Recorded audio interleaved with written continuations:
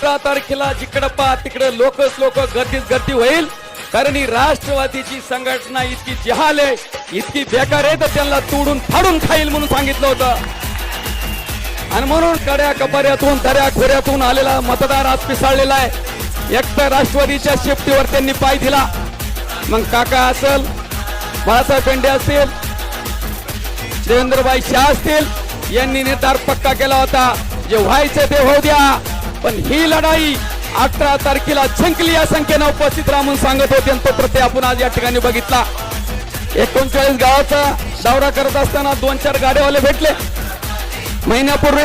म्हणले जयसिंग शेठ तुतारीची बारी लई कडक होईल.